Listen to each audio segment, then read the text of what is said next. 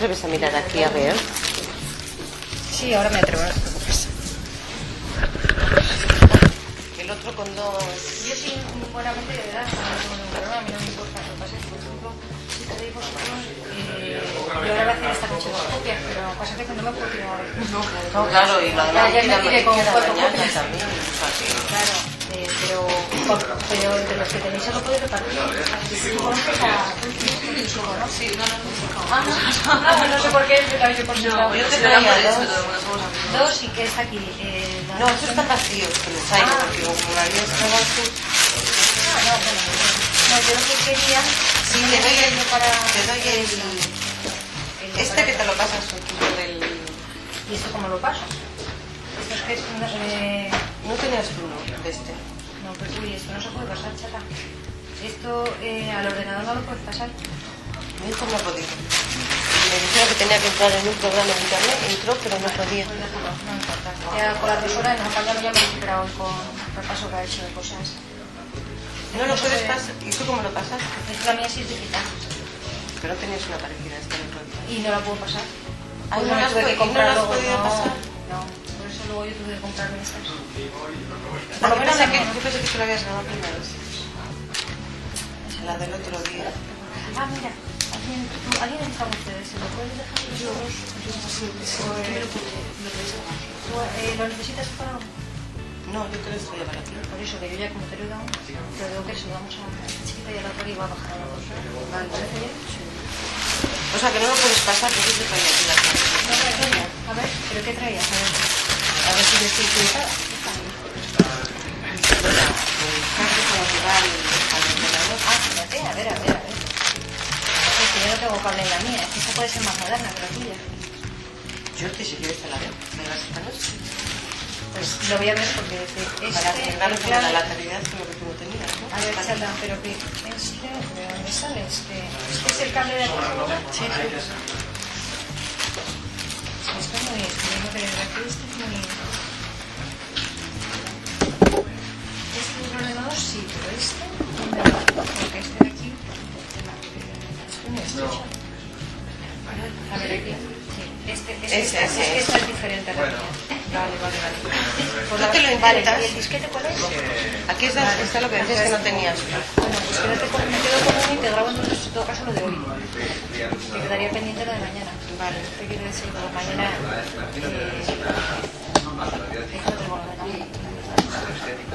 ¿Sabes lo que quiero decir? Sí.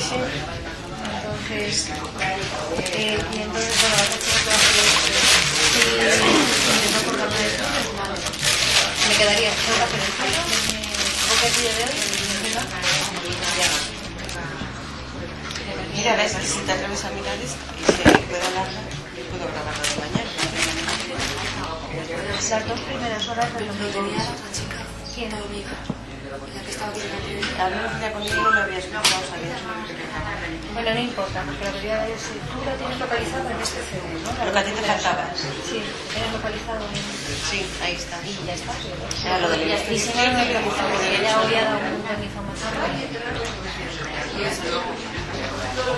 Es que la de hoy está resumida. Por eso. A ver, esto no sé, chata, es que esto es diferente. Será el menú será para que se alargue. Porque si se alarga, Qué buena cosa hacerte algo, ¿eh? que no pasa nada, porque ya digo que no... Nosotras nos va a A ver, A ver si yo dormí con el Si lo de hoy me lo grabas, o sea, lo de mañana se lo podría poner eso. ahora, no te preocupes. Hay boli para pisar así. Es que el que me las ha dejado las tiene. Bueno, vámonos al final del tema ya de hoy.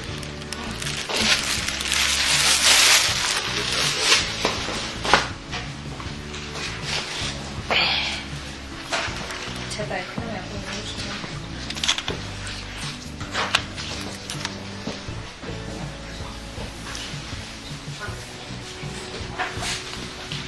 Bueno, es que como me la llevo esta noche, echaré un vistazo por si acaso. Te dejo la esta, que es para pasar. ¿Ya tengo todo? Bueno, ponte como...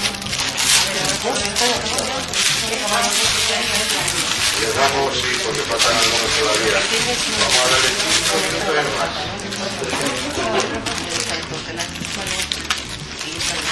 Y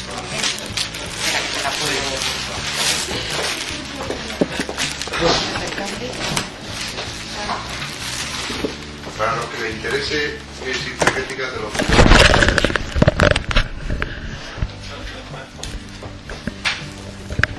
Delante de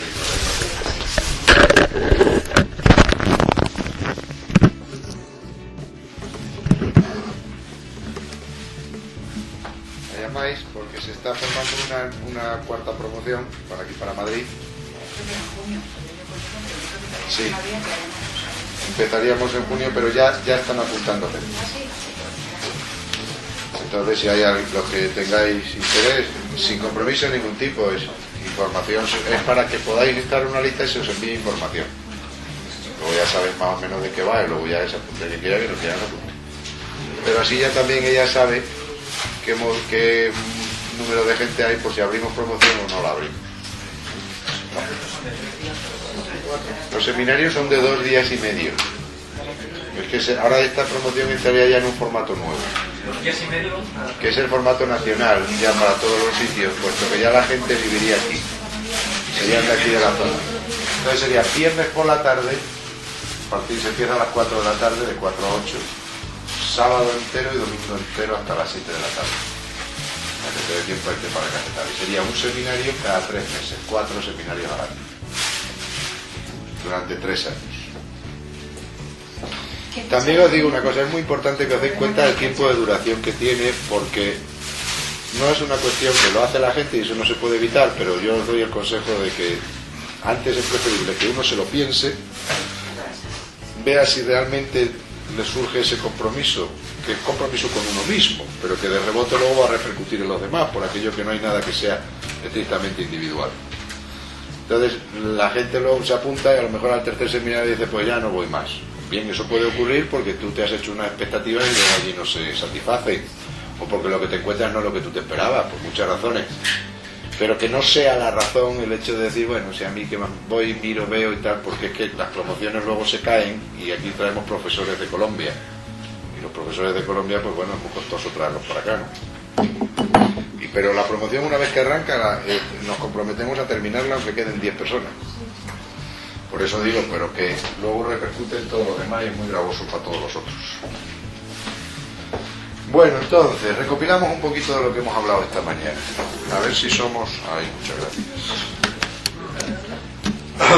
A ver si somos capaces de ir concretando alguna cosita. Entonces, con las tablas de Hammer, ya que sabemos todo el tema, tenemos que dejar bien claro que las características del conflicto, lo que se llama el DHS, el síndrome Hammer, que vais a leer ahí, es el shock, es el momento donde se produce el conflicto emocional, pero que veremos, y ya lo estamos viendo al hablar del tronco y todo, que esos conflictos emocionales muchas veces son la gota que hace rebosar el vaso.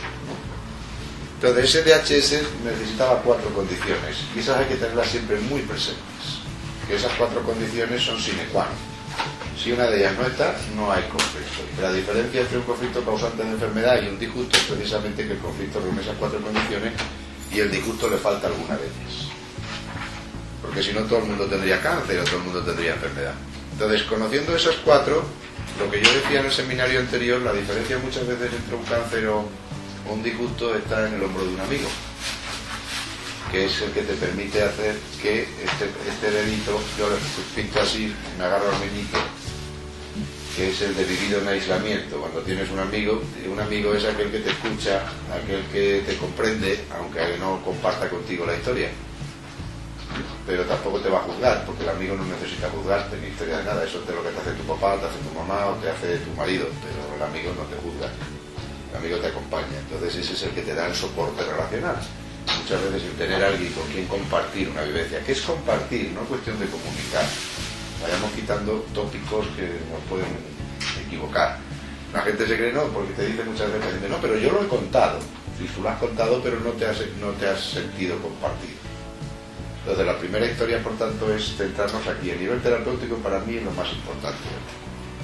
Lo más importante es crear un soporte relacional. Pero, ¿qué es eso de te coge a contrapié?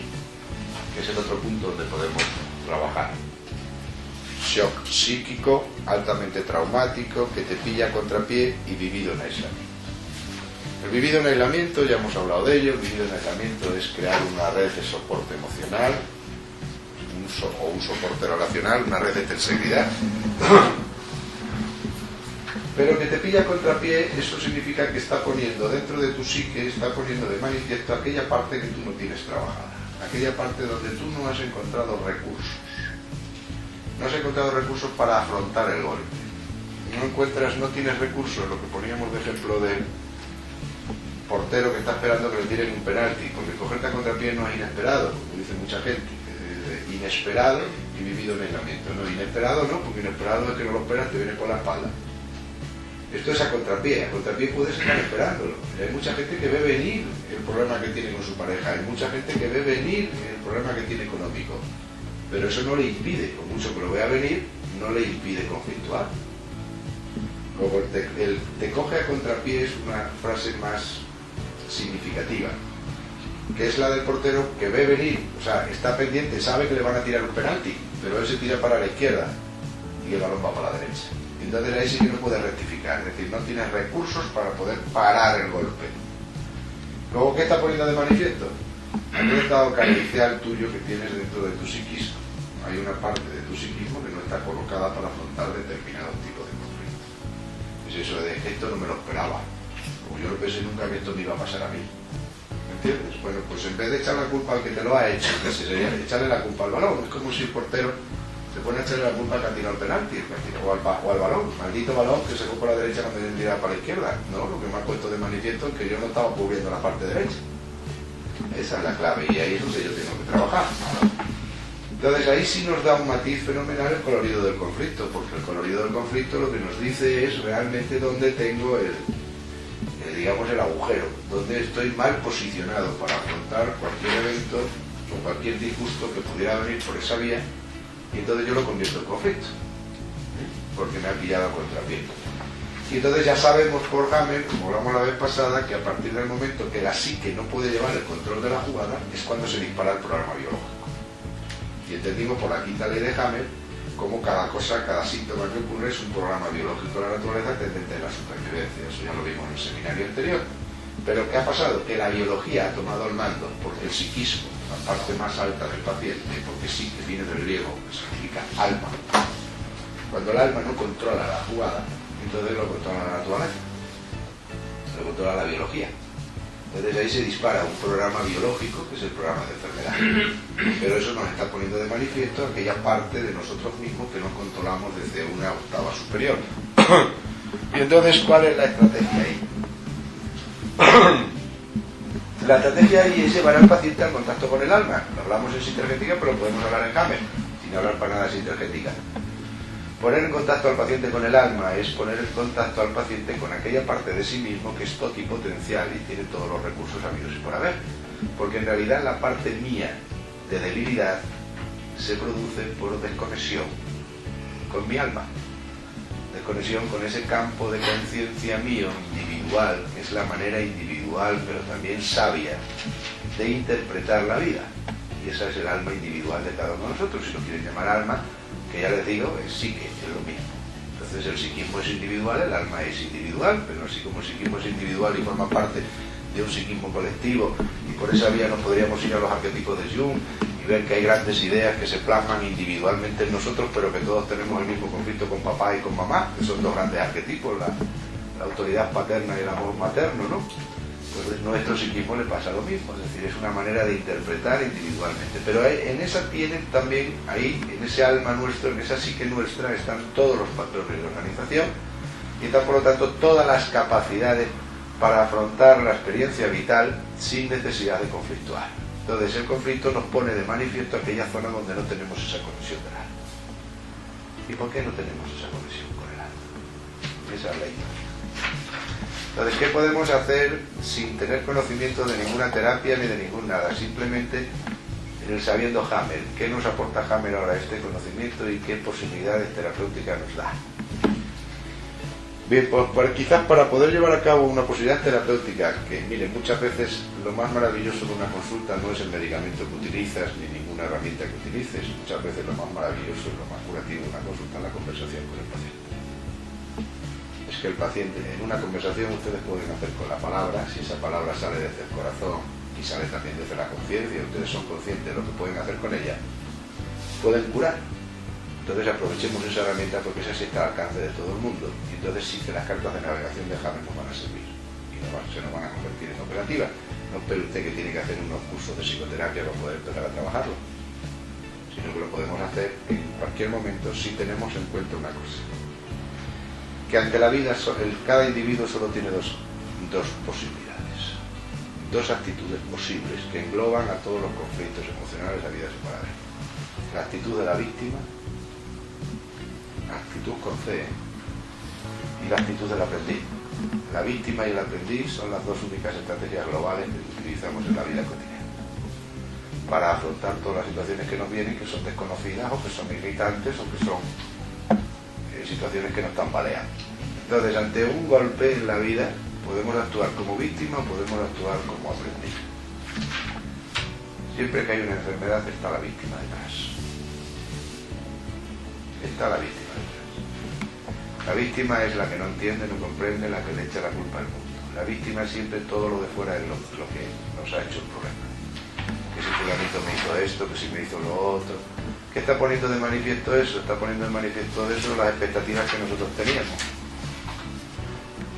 Entonces actuamos como víctima echándole la culpa al otro. El otro siempre es el culpable de nuestros males, y si no, el otro es la situación política, y si no, pues la situación geográfica o económica, o la medioambiental, o un Dios que anda para allá arriba que está mirando al tendido en vez de estar preocupado de nosotros, o el cura de mi pueblo, o el alcalde de mi ayuntamiento, o la cuñada mía que no hay Dios que la aguante.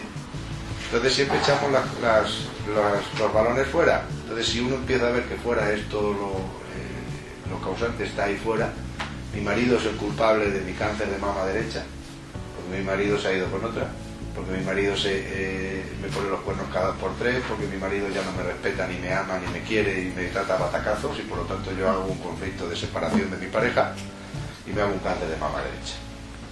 Y entonces cuando me entero de que esto es un conflicto de separación, pues miro a mi marido como diciendo: ¿ves, bandido? Tú has sido quien me ha provocado esto. Esa es la actitud de la víctima. Entonces el paciente casi siempre viene o bien por convicción o por estrategia o por ignorancia en la víctima. Pero puede venir también en la vía del aprendiz, entonces ya no es un paciente. Esa es la diferencia. La diferencia es que el paciente es la víctima. El que ya es aprendiz deja de ser paciente. A partir de ese momento empieza a ser eso, un aprendiz. Y ese es el camino de salida. El camino de salida es: ¿qué me quiere decir esto a mí? El aprendiz siempre mira al mundo como aquello que se refleja de mí mismo, que no veo, y el mundo es capaz de enseñarme. El mundo, por lo tanto, me está diciendo cosas de mí que no conozco. El mundo me está dando la oportunidad de crecer. Y veo todo y siempre me hago la pregunta de ¿qué me quiere decir a mí esto? Pero claro, eso es una práctica que es muy bonita para hacerla en 4 cosas o 5 cosas que uno las puede interpretar rápidamente, pero hacerlo eso al 100% es muy fuerte. Porque no hay nada de lo que ustedes vean ahí fuera que no sea cosas generadas por ustedes. No hay nada. Y yo sé que eso es difícil entenderlo, y que cuando empezamos lo piensas en ti mismo lo puedes entender, pero cuando empiezas a pensar, entonces yo soy generado por ese que está ahí fuera, pues ahí sería la madeja, ¿no? Bueno, pues ya les invito a que lo busquen un poquito y se metan en ello y lo entenderán.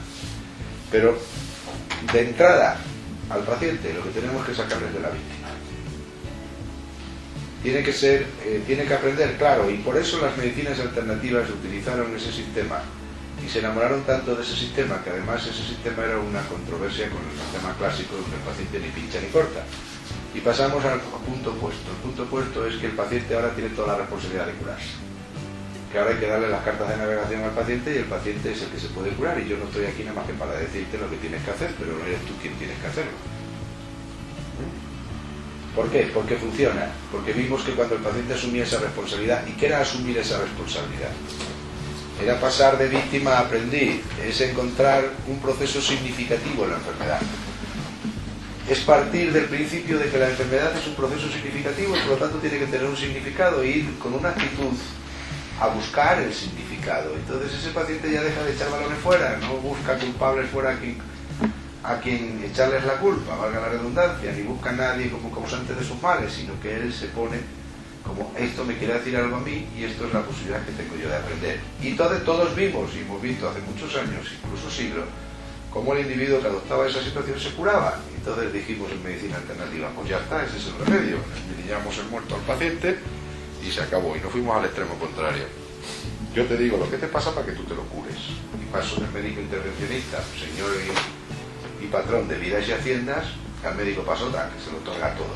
Entonces, ¿dónde está el término medio? ¿Dónde podemos coger la historia? ¿Dónde nos podemos enterar? Yo les cuento esto para que ustedes se lo sepan, no para que se lo sepa el paciente. Si quieren, compártanlo con el paciente, pero no con todo se puede compartir esto. Hay muchos pacientes que si usted le plantea de entrada en la consulta que lo que tiene que hacer es aprender de su enfermedad, es un paciente que no vuelve nunca más. Ya no es el hecho de que vuelva o no vuelva, es que se ha rebotado contra la jugada. Entonces usted mismo le está cerrando todavía más la puerta. Entonces no podemos responsabilizar al paciente de su proceso de enfermedad inicialmente. Habrá algunos que te lo vienen pidiendo. Hay gente que te viene pidiendo en la consulta ya que quiero saber por qué me pasa a mí esto. Pero ya viene el aprendiz, ya ha entrado ahí. Pero es que ese ya está en proceso de curación, por eso ya ese no es un enfermo. El enfermo era antes cuando no sabía de qué iba el tema. Ahora ese ya te lo viene pidiendo, pues fenomenal. Ahora utiliza usted las cartas de navegación que tiene la tabla de Hammer para decirle, mira, te quiere decir esto concretamente. Eso es una información muy importante. Pero lo que tenemos que hacer, hay pacientes que no vienen en esa actitud, ni tienen interés ninguno en responsabilizarse. El 90% de lo que vemos ahora nosotros, por lo menos en consultas, son gente que viene huyendo, no gente que viene de motus propios. No vienen porque sepan que nosotros trabajamos de esta manera y que con esto, por lo tanto, ellos van a poder satisfacer esa necesidad que tienen de aprender en su proceso de enfermedad, porque no están en esa dinámica. Vienen porque la seguridad social les han demostrado que están desahuciados, que ya no tienen nada que hacer con ellos y que los mandan a morir para casa, o que les dicen que su enfermedad no tiene cura, o que le han hecho 40.000 parrerías y ya desconfía de todos. Entonces va a probar otra cosa, viene huyendo, viene diciéndole, ya no confío en el médico de la bioquímica clásica y vengo al médico alternativo, pero con la misma actitud, que es que allí fui y puse mi cuerpo en sus manos para que me curara, no me ha salido bien y aquí vengo para que tú me cures. Antes me lo hicieron con bioquímica, házmelo tú con jueguecitos de manos y espejitos de colores, pero el caso es que me lo tienes que hacer, y esa es la víctima. Fuera está la culpa de tus males y fuera también está por tanto el remedio de tus males. Entonces así te viene mucha gente. Entonces tenemos que pensar que ahora va a venir, y está viniendo cada día más en nuestras consultas, gente que viene huyendo. Que viene huyendo, que viene desconcertada y sobre todo que viene desanimada y desesperanzada. Primera cuestión, por tanto, era recuperar la confianza, coger la confianza. Porque la confianza es la madre de la esperanza. Esa confianza es lo que te permite crear un campo de relaciones.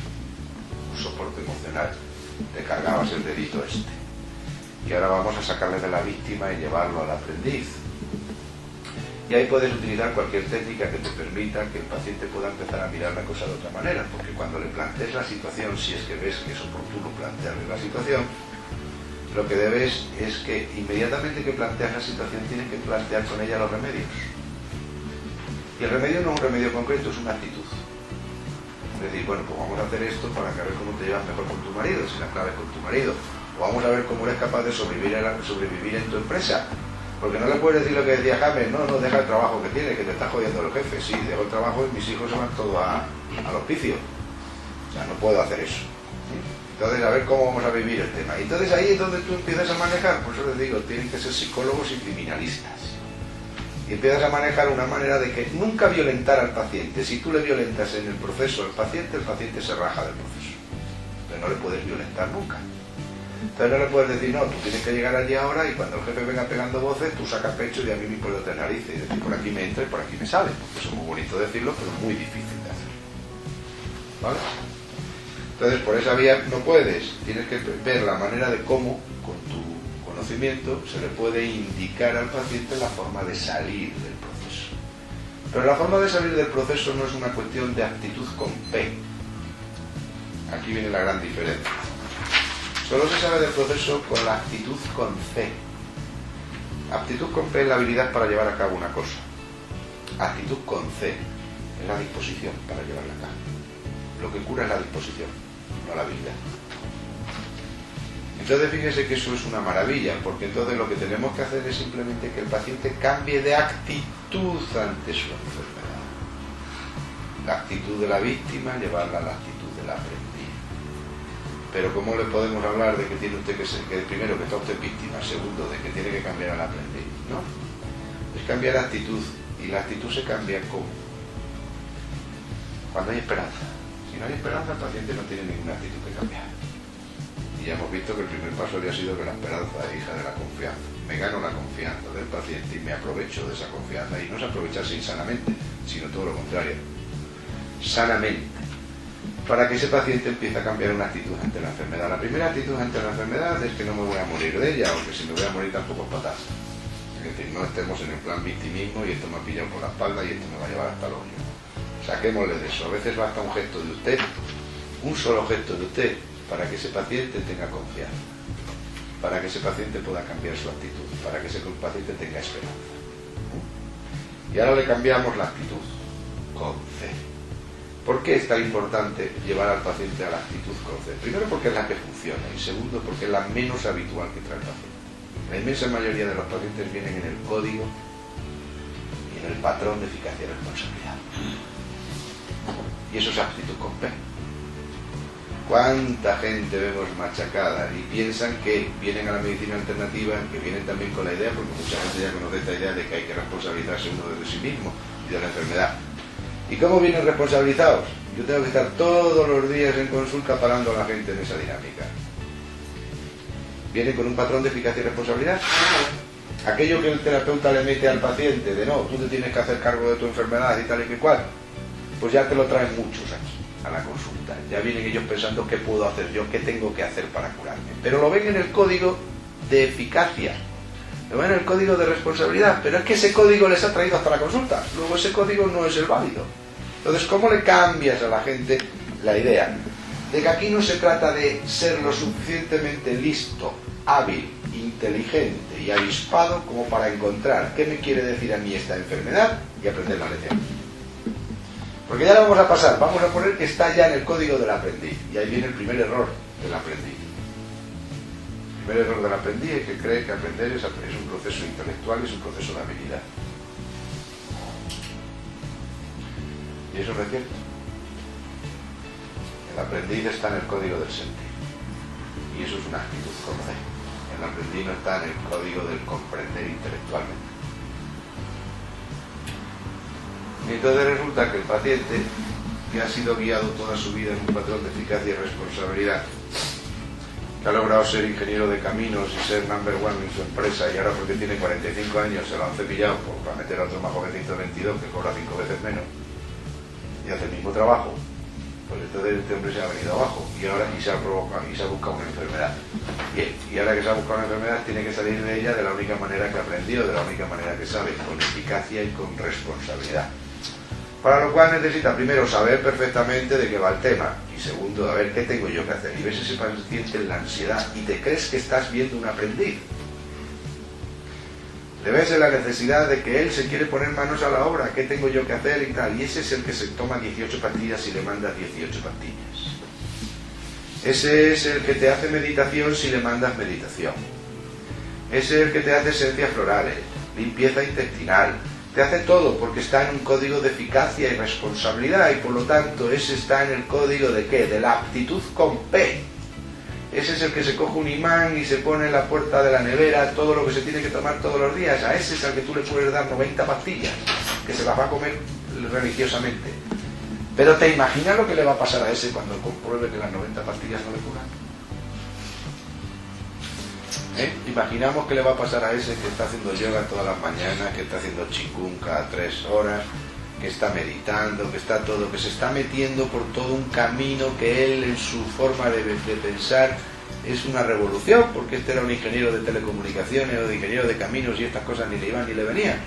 Entonces ves a ese pobre hombre asustado, muerto de miedo, pensando que gracias a su habilidad, y si tiene la fuerza suficiente, la habilidad suficiente para pasarse al mundo alternativo, va a encontrar en el mundo alternativo lo que no encontró en el mundo clásico. Ese paciente se les vuelve. Ese se les va porque se está con actitud con P. Y esto no es una cuestión de actitud con P. Entonces así hay que romperle el patrón de eficacia y responsabilidad. Yo les cuento un chascarrillo, que no sé si se lo cuento a ustedes la vez pasada. que es el tema de dónde está la salud, porque uno cuando es médico o se dedica a la salud, lo primero que se tiene que preguntar es ¿de dónde narices viene todo esto de la enfermedad? ¿Y por qué la enfermedad en el mundo? ¿Y por qué la salud en el mundo? ¿No? Porque si no, ¿qué coño hacemos aquí? Si estamos hablando de coches y no sabemos lo que es un coche, buena gana tenemos, ¿no? Entonces, es una pregunta que todos nos deberíamos hacer. Y yo, haciéndome esas preguntas hace años, yo pensaba que no podía estar la enfermedad o la salud, no podía ser patrimonio de los ricos, porque entonces estaban jodidos los pobres. Y yo en el Dios que fui capaz de creer, pues a mí no me cabía un Dios lo suficientemente injusto como para darle la salud a los ricos y privársela a los pobres, es decir, que no podía ser una cuestión de dinero. La vida te va demostrando que efectivamente la gente tiene mucho dinero, se va a Houston y se muere exactamente igual que el que la han llevado al hospital de Alcorcón. Luego vimos que la salud no era una cuestión de dinero, y por más que se agarraban, y películas de esas hay muchas, donde hacen toda la virguería y el Howard Hughes y toda esta historia con las mascarillas y el otro y demás, ya.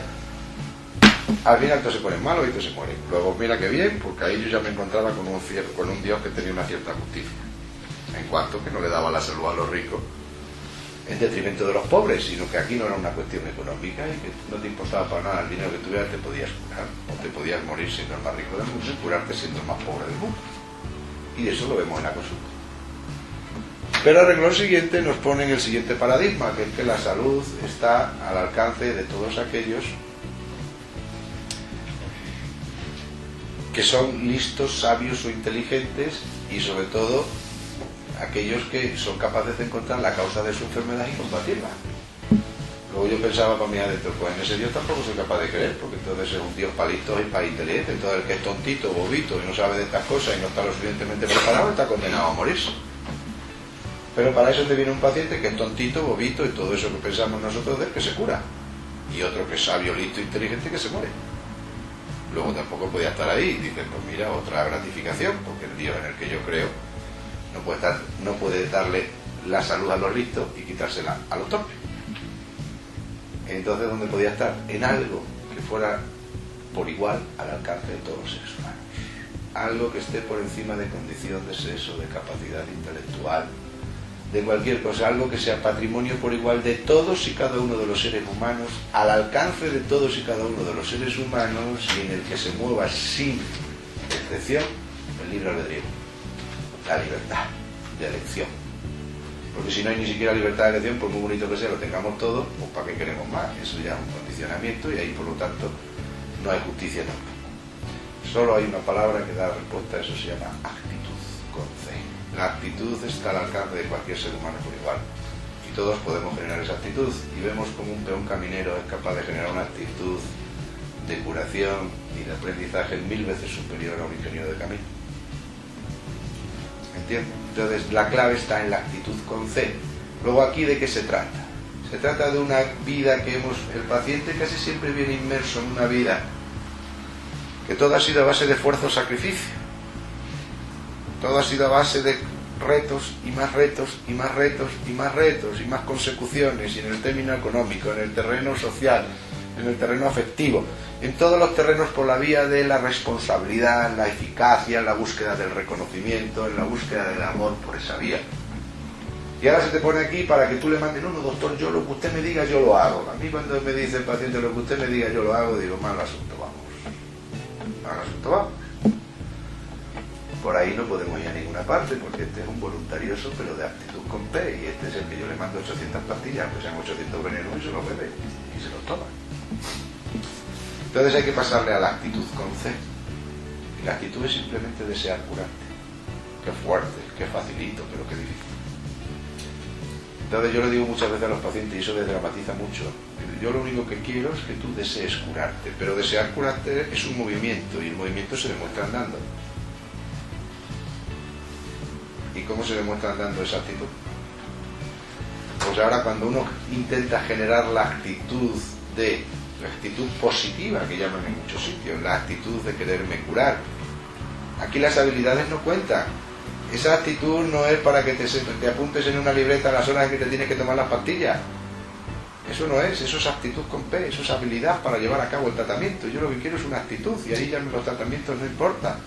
La gente te viene mire usted, doctor, es que yo creo que me equivoqué, porque me he tomado esto que usted me mandó y me dijo usted, yo creí que me había dicho usted con las comidas, y resulta que ahora he leído en el frasco y me lo ha dicho mi prima, que era 10 minutos antes de las comidas, entonces no lo habré hecho bien. Angelito mío, sácalo de ahí.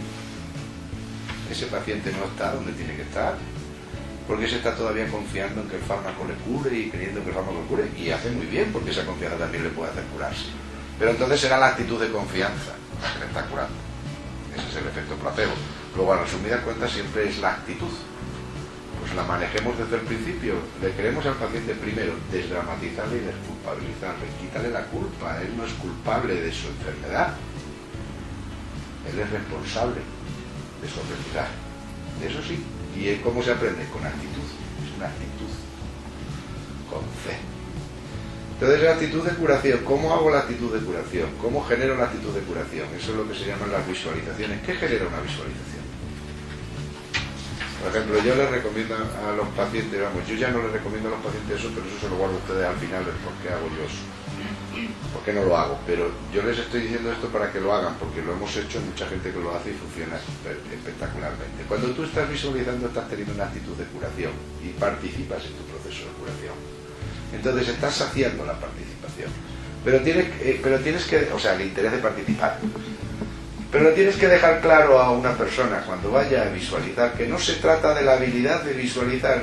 ¿Han visto cuánta gente cuando les hablan ustedes de visualización dicen es que yo no sé visualizar? ¿Por qué? Porque en el código de aptitud con P va a haber muy poquitos, y de esta sala no habría ninguno que supiera visualizar. Porque uno piensa que la visualización es ver literalmente con los ojos cerrados lo que yo estoy imaginando. Y entonces uno se vuelve loco ahí. Entonces, muchísima gente está equivocada pensando que la visualización es algo real, como puedes ver la visualización cuando tienes los ojos abiertos. Y no es así. Por eso uno le coge, le cierra a los pacientes los ojos y le cierra los ojos. Piensa en el pie tuyo izquierdo, en el zapato tuyo izquierdo. ¿Lo estás pensando? Sí. Ahora piensa en tu cama, la cama de tu habitación. ¿Estás pensando en ella? Sí, sí. ¿Estás pensando en la mesilla que tienes a la derecha de tu cuarto, donde tú guardas las cosas? Sí. ¿Estás pensando en el cajón? Sí, ya estás visualizando. Eso es visualizar. Ah, pero es que yo creí. Pues mal creído. Visualizar es eso. Visualizar es pensar, es evocar una imagen. Evocar una imagen es la historia. Pero evocarla, no verla. Porque quien espere verla con colorines va de cráneo. Se tendrá primero que iluminar para verla. Porque normalmente no se ve. Entonces esa es la visualización. Bien, y ahora hay una cosa maravillosa que tiene la visualización, y es un truco para todos ustedes como terapeutas, que es que la visualización es la manera que tiene el pensamiento de convertir una idea en imagen. Eso es una maravilla, porque convertir una idea en imagen a través del pensamiento hace que la imagen a través de la energía se convierta en materia. Ese es el principio por el cual funciona la visualización. Cuando tú tienes un pensamiento que es capaz de convertir una idea en imagen, es decir, has centrado y has concretado de tal manera tu pensamiento para poder coger una imagen, una idea, y convertirla en imagen, ese es un movimiento de concentración. Eso es la visualización. Visualizar es crear imágenes, ideas, convertirlas en imágenes. Y en eso cargas una actitud amorosa, es decir, lo conviertes en un pensamiento amoroso. Eso funciona aunque tú no te lo creas.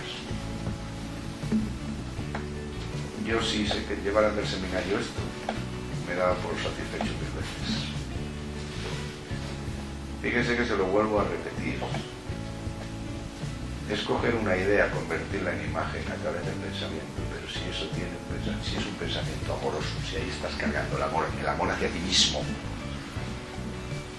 el amor a la vida, eso se convierte en una bomba de relojería, porque eso mueve una cosa.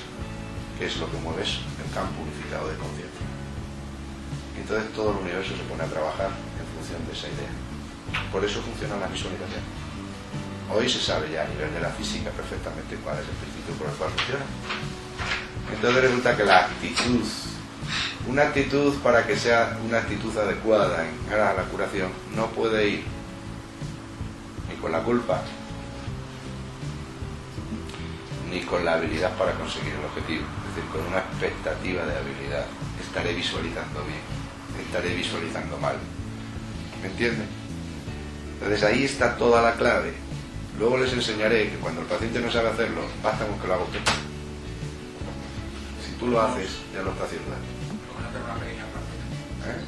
Sí, pues podemos hacer una pequeña práctica, pero no pierdas el hilo de lo que estamos hablando, que te quiero llevar a un punto final. Entonces fíjense qué maravilla, porque cambiarle esa actitud al paciente es ponerle a visualizar. Visualizar es el camino para que esa actitud caiga, para que esa actitud se precipite, pero esa actitud no es una actitud de consecución de algo. Miren, se cogen el libro de Carl Simon. Carl Simonton, oncólogo norteamericano, que fue el que primero empezó a hablar de todas estas historias y empezó a hablar de la visualización y todo, después de haber asistido a unos cursillos de control mental de SIDA. Entonces Carl Simonton escribió un libro que se llama Recuperar la salud. Eso es una maravilla. Y entonces él empieza a hacer visualizar a los pacientes y descubre una cosa maravillosa, que los que mejor visualizan los niños. Y visualizan con una fantasía de mucho cuidado. Entonces aquí se trata de que un niño tiene un linfoma y tiene, por lo tanto, él no tiene más que contarle que tiene unas celulitas malas, unas celulitas que andan revueltas ellas, como los comecocos de la pantallita, y que tú tienes otras células en tu cuerpo, que son los linfocitos, que son otros comecocos que se comen a los malos. Entonces tú lo único que tienes que visualizar es como los tuyos crecen y se multiplican y son muchos y van todos vestidos y todos con unos brillos brillantes para comerse a los otros. Fíjese qué estupidez y qué tontería, diría uno, pues esto es una chorrada. Entonces llega un médico clásico y nos coge todo y nos quita el título inmediatamente, porque esto es anatema. Bueno, pues cuando se ponen a ver los resultados, empiezan a ver que los niños son capaces de conseguir los resultados inmediatamente y los adultos no hay manera que lo consigan. La diferencia de resoluciones en los cánceres infantiles por esa técnica es infinitamente superior a los adultos. Pero al niño nadie le ha dicho que tiene que saber visualizar. Eso está en el terreno de la aptitud con P, de la habilidad. Al niño nadie le ha dicho como un linfocito, ni tiene que irse a un libro de anatomía a buscar un linfocito T, killer. No necesita. Él lo ha pintado en forma de comecoco, porque él lo que necesita es demostrar su actitud. ¿Y cuál es la actitud? Vehiculizar su actitud, es vehiculizar la actitud de curación, la actitud de ganarle al cáncer, la actitud de vencer al cáncer, la actitud de que encima es el reconocimiento de que en ti está ese poder. Porque si tú no reconoces que en ti está ese poder, ¿cómo narices te vas a poner a visualizar? Eso son chorradas. ¿Cuánta gente te vas a encontrar en la consulta que le dice, oiga, tiene usted que ponerse a visualizar? Y dice, pero me cuento este cuento chino, hombre. Si ahora visualizando nos curáramos el cáncer, pues se curaba el cáncer todo el mundo. Y la paradoja es esa, que como nadie se lo cree, nadie se lo cura. Yo tengo casos de gente visualizando que son capaces de quitarse metástasis, quitarse cáncer y quitarse de todo. Entonces la visualización es maravillosa en cuanto que lo que hace es plasmar la cascada de conciencia, información, energía, materia. La conciencia crea una información, ese patrón de información es lo que se llama una idea. Una idea todavía no está precipitada, pero esa idea a través del pensamiento se convierte en imagen, y esa imagen a través de la energía se convierte en materia. Y eso es realidad, por eso yo puedo coger y en un momento dado pensar, crear una imagen, evocar una imagen en mí de cuando mi novia con 15 años me dejó y se fue con mi mejor amigo y a mí todavía se me revuelven las tripas. O aquella cosa que me pasó en tal momento y la evoco otra vez y se me pone la carne de gallina, o me aumenta la frecuencia cardíaca o me entra una colitis. ¿No estáis viendo eso todos los días? ¿Qué estás haciendo? Evocar una imagen que va unida ¿a qué? A un sentimiento. Entonces fíjate tú lo que es unir el sentimiento de amor, el sentimiento de curación, el sentimiento de integridad, esa actitud, a través de esa imagen, a través de ese pensamiento, se convierte en imagen lo que solamente era una idea. Y eso funciona porque el universo se pone a disposición inmediatamente. El universo es ese campo ahora que dicen los físicos, el campo cuántico de conciencia. Es como si ahí estuviera todo. Y ese todo, uno le llaman Espíritu Santo, otro le llaman la Tierra, o la materia, o el mundo material, o el universo material. Tiene sus leyes, es decir, se las sabe todas. ¿Ustedes saben la película esta de ¿Y tú qué sabes? Bueno, pues saben la siguiente que sale después, se llama El Secreto. El secreto es la clave de todo, es el final de toda esa movida de todos estos loquitos físicos americanos. El secreto no es nada más que la ley de atracción.